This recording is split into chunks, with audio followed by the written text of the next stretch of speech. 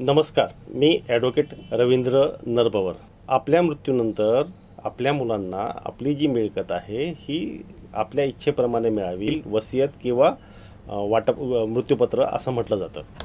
आता हे मृत्यूपत्र तयार करताना कायदेशीर काही बाबी आपल्याला लक्षात ठेवणं अत्यंत गरजेचं आहे. त्यातलं जी मिळकत आम्ही स्वकष्टार्जित आहे किंवा मला माझ्या वडिलांकडं वडिलोपार्जित मिळाली आहे, अशा मिळकतीचं व्यवस्थापन मी माझ्या मुलांच्या नावाने करून घेऊ शकतो.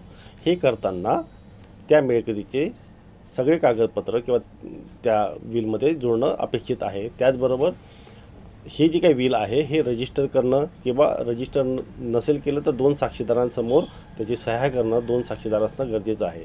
ज्या दिवशी मी हे व्यवस्थापन पत्र बनवतो त्या दिवशी मी कुठल्याही MBBS डॉक्टरकडनं त्याचं प्रमाणपत्र घेणं हे आवश्यक आहे. जर हे विल रजिस्टर केलं तर ते कायद्याच्या दृष्टीने